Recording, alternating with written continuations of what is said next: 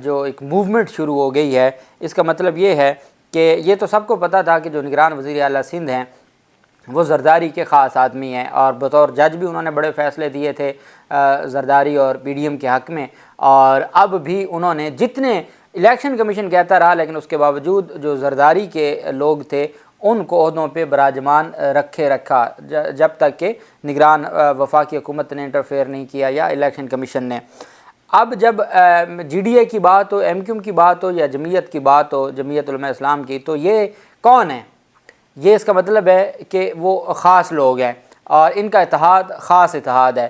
اب خاص اتحاد کی جانب سے ایم کیو ایم پاکستان اور جمعیت علماء اسلام اور جو جی ڈی اے ہے انہوں نے سندھ میں مشترکہ سیاسی جدوجہد شروع کرنے کا فیصلہ کرتے ہوئے نگران وزیر اعلیٰ سندھ مقبول باقر پر عدم اعتماد کا اظہار کر دیا ہے۔ یہ ایک سندھ میں ایک نئے چہرے لانے کے لیے، ایم کیو ایم تو پرانا چہرہ ہے تو سندھ کی حد تک، اور باقیوں کو بھی اس میں اس فریم میں سیٹ کیا جا رہا ہے۔ فنکشنل ہاؤس کلفٹن میں ڈاکٹر صفدر عباسی، سردار عبدالرحیم، ڈاکٹر فاروق ستار، علامہ راشد محمود سمرو نے ایک پرہجوم پریس کانفرنس کرتے ہوئے کہا کہ نگران وزیر اعلیٰ ہاؤس پیپلز سیکریٹریٹ بنا ہوا ہے، شفاف الیکشن کرنے کے لیے سندھ میں سسٹم توڑنے، الیکشن کمشنر کو ہٹانے اور افسران کے بین الصوبائی تبادلے بہت ضروری ہیں۔ سیاسی رہنماؤں نے کہا کہ وسیع تر اتحاد کے لیے نواز لیگ اور قوم پرست جماعتوں سے بات کرنے کا بھی فیصلہ کیا ہے۔ تینوں جماعتوں نے خود کو سندھ میں پیپلز پارٹی کا متبادل قرار دیتے ہوئے شفاف انتخابات کا مطالبہ کیا، جبکہ ایم کیو ایم پاکستان کے رہنما نے شفاف الیکشن کو یقینی بنانے کے لیے سندھ بھر میں بلدیاتی کونسلز معطل کرنے کا مطالبہ کیا، جبکہ تینوں جماعتوں نے اکتوبر میں امن مارچ کی حمایت کا بھی اعلان کیا۔ اس کے علاوہ باقی جو رہنما تھے وہ بھی موجود تھے اور انہوں نے پاکستان پیپلز پارٹی کی جو قیادت ہے اس کے حوالے سے کہا کہ پاکستان پیپلز پارٹی، انہوں نے کہا کہ نگران حکومت گڑھ بن چکی ہے۔ کس کا؟ وہ گڑھ بن چکی ہے پیپلز پارٹی کا، اور جو نگران وزیر اعلیٰ کا ہاؤس ہے وہ وہاں پر صرف پاکستان پیپلز پارٹی ہے، انہی کے لوگ ہیں اور وہی سارے کا سارا، جیسے آپ دیکھ سکتے ہیں کہ جو ان کو سوٹ کرتے ہیں وہ اس حساب سے ہی چیزوں کو چلاتے ہیں۔ اور شہباز شریف تھے، شہباز شریف کے ساتھ جو لوگ تھے، شہباز شریف کیوں پسند ہیں؟ اس وجہ سے پسند ہے کہ شہباز شریف خود بھی اور ان کے ساتھ جتنے بھی لوگ تھے وہ ان کے تھے۔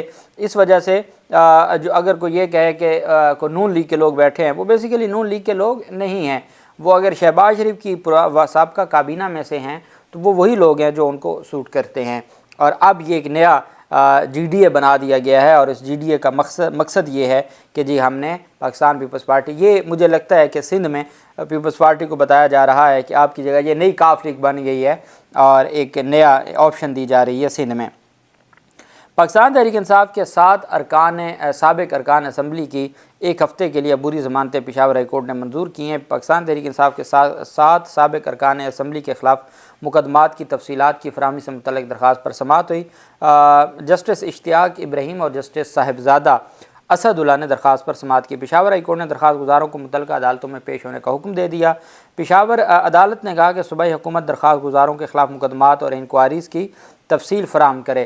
درخواست گزار کے وکیل نے کہا کہ درخواست گزاروں کے خلاف مقدمات اور انکوائریز کی تفصیل فراہم کی جائے، درخواست گزاروں کے گھروں پر چھاپے مار کارروائیوں کو روکا جائے۔ عدالت نے کہا کہ درخواست گزاروں کو کسی بھی مقدمے میں گرفتار نہ کیا جائے۔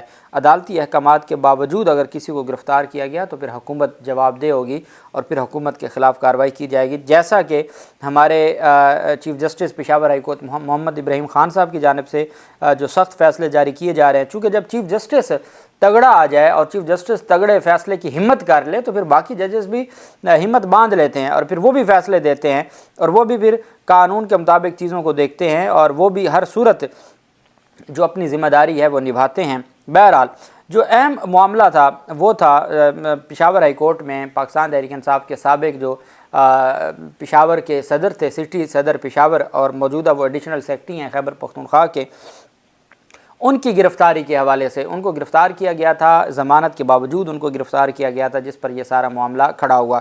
Chief justice Peshawar high court نے کہا کہ ڈپٹی کمشنر اور پولیس اتنے طاقتور ہو گئے ہیں کہ عدالتی احکامات پر عمل نہیں کرتے۔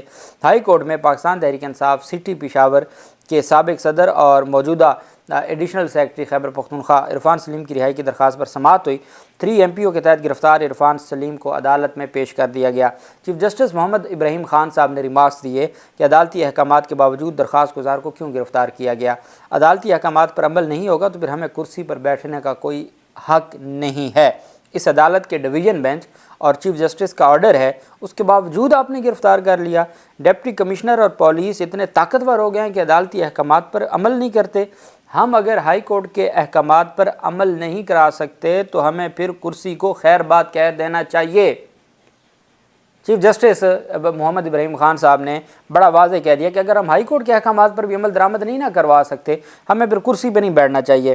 ڈپٹی کمشنر نے جواب دیا کہ مجھے عدالتی احکامات کا پتہ نہیں تھا، ہم نے نئے ایم پی آرڈر میں ان کو گرفتار کیا۔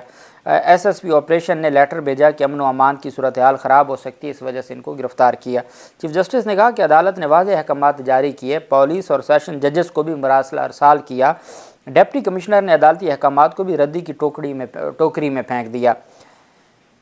ڈپٹی کمشنر کو بھی کسی نے ڈکٹیٹ کیا۔ اب یہاں سے اصل بات شروع ہوتی ہے۔ ڈپٹی کمشنر کو بھی کسی نے ڈکٹیٹ کیا اور اس پر عمل کرتے ہوئے ڈپٹی کمشنر نے گرفتار کیا۔ کسی کی ڈکٹیشن پر عمل کرتے ہوئے ڈپٹی کمشنر نے ان کو گرفتار کیا۔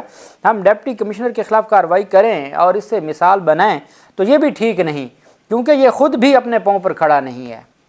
چیف جسٹس ہائی کورٹ کہہ رہے ہیں کہ ہم اس ڈی سی کے خلاف کیا کارروائی کریں، یہ تو خود اپنے پاؤں پر نہیں کھڑا، اس کی تو اپنی کوئی اوقات نہیں ہے، یہ تو خود ڈکٹیشن لے رہا ہے، اس نے تو کسی کی ڈکٹیشن پہ گرفتار کیا ہے۔ عدالت نے حکم دیا کہ چیف سیکرٹری اور آئی جی پولیس عدالت آ کے یقین دہانی کروائیں کہ آئندہ ایسا نہیں ہوگا۔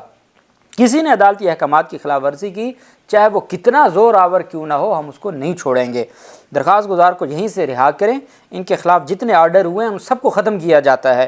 عرفان سلیم کو کمرہ عدالت سے عدالت نے رہا کر دیا اور عدالت نے چیف سیکرٹری اور آئی جی پولیس کو طلب کرتے ہوئے حکم دیا کہ عدالت آ کر یقین دہانی کروائیں کہ آئندہ عدالتی احکامات کی خلاف ورزی نہیں ہوگی۔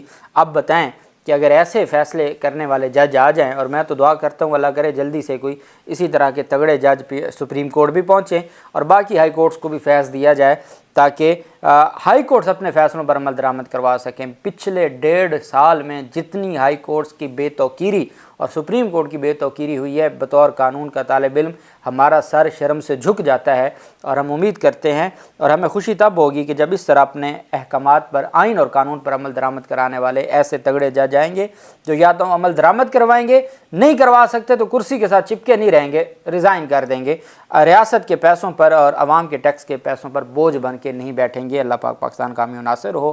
بہت شکریہ۔ اللہ حافظ۔ پاکستان زندہ باد۔